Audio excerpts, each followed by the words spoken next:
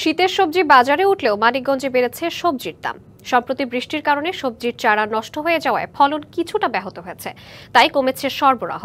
এতে প্রকারভেদে কেজি প্রতি সবজির দাম বেড়েছে 10 টাকা থেকে 100 টাকা। বাজারের দাম জানতে চলে যাচ্ছে সহকর্মী আশরাফুল আলম লিটনের কাছে।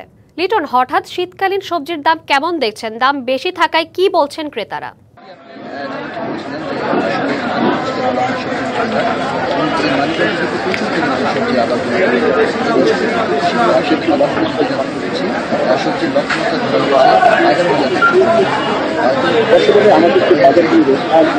আমাদের যে বাজার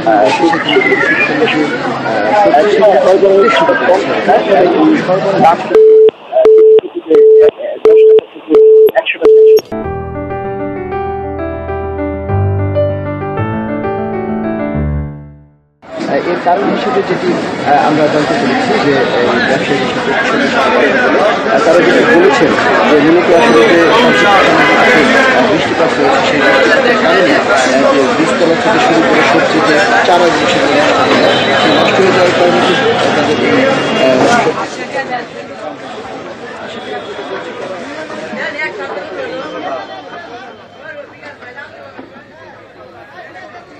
ধন্যবাদ আপনাকে।